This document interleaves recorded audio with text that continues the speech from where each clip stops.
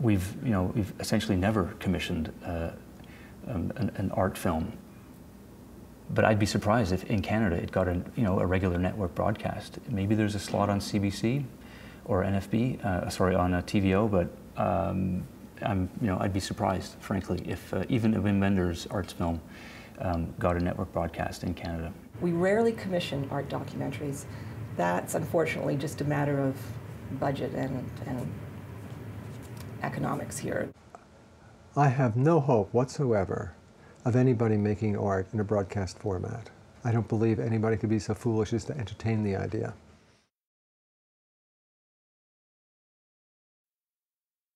What's getting what we're pitching, and so what we know are what would mostly be called either reality or lifestyle television.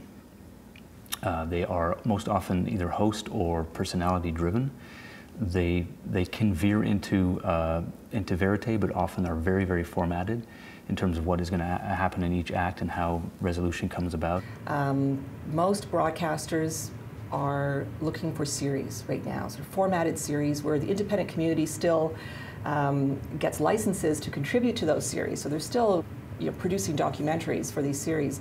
But there's a format, there's a theme, there's a look, there's a feel, and frankly, they do really well in the ratings. Like Party Mamas, which we've done 65 episodes of for Slice, so it's a very successful series.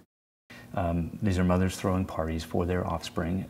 The mothers are great. They have great personalities, but they're not Brad Pitt or Angelina Jolie. They're fairly well-to-do housewives in Canada and the U.S.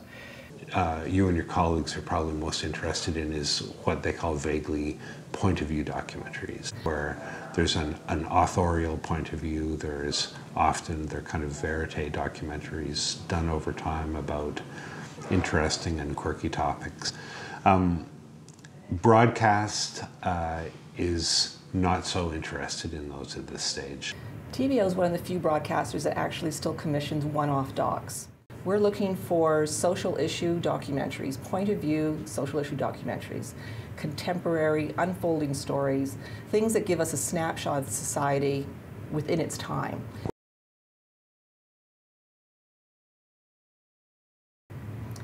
I probably see more than 500 proposals a year, 500 to 600 proposals. My colleague may see more. My colleague Linda Fong may see more. I probably see more than 500 to 600 proposals a year, and on a good year, I'm able to commission maybe 8 to 10 documentaries. If you're coming to see a company like E1, a concept that is hopefully a serial idea that has great personalities, and pitch us on it, and if we like it, we'll be your co-producer and we'll make it with you. Well, no, most of the big companies won't enter into a co-production deal with you. They'll, make a deal where, if your idea goes, you'll get a job and maybe a share of the net profits. And, the old joke in film and television is, a share of net profits plus $2.75 gets you on the subway. Increasingly what that means, and, and I was 20 days into shooting Webos War before I had any money at all from anybody. So increasingly what's happening is if you want to do a documentary, great, go do it, right? Don't sit around waiting for somebody to give you money. Don't spend a lot of time filling out forms. Don't go into broadcasters pitching them pieces of paper because they're not interested. Don't count on it as part of the next 2.5, 3 years of your life. And count on getting a lot of arts grants. Count on doing a lot of paperwork to scrounge money from a lot of different places to make it possible to make the film that you really, really want to make. Well, a good idea is always exciting to find, but a good idea on its own isn't enough. You need someone who knows how to get money, and a track record is hugely important. Television, in terms of getting it financed and produced, is all about relationships. That television is a business. Television isn't an art form. The nature of television is delivering targeted audiences to broadcasters who are buying airtime. Stories really are a dime a dozen. They really are. What separates the filmmaker from people who just like to tell stories and who just like to shoot stuff and who just like to make things look pretty is if you can focus the story and convince people like me why it matters to tell that story.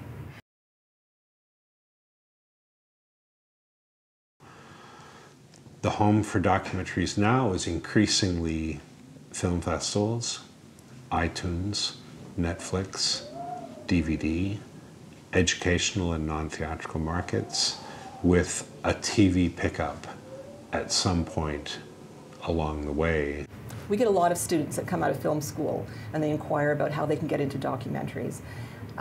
It's a tough business. Anyone that you talk to in documentaries will tell you it's a very, very tough business. It's a very tough way to make a living if you're the only income bringing in the dollars.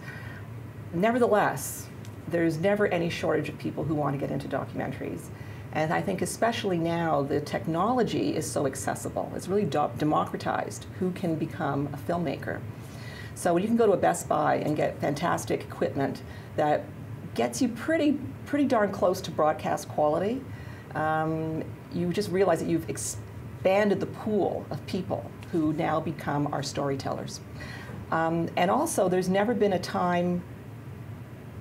probably never been a time where documentaries have been more popular in the general public. You know, we have to be realistic about what we're making. We're not making shows that are going to get Hockey Night in Canada numbers or US drama numbers. What we're doing is something that's for a minority taste. It's never been easier to make documentaries, and it's never been easier to show them, right? So that's all the good news. You know, you can effectively go out and shoot your own documentary, cut your own documentary, and show it publicly. So the price for making a proper documentary has, you know, shrunk hugely. So if you want to go do it, you know, like I say, you've got to shoot it yourself, you've got to hustle it into a film festival, you know, get some nonprofit money or some Kickstarter.com money, do whatever you have to do to get the thing in the can, and then show footage. Like, don't show paper. Nobody's interested in paper anymore. You know, show footage. Have something that's visually arresting to show. Show a potential funder that you actually do have access.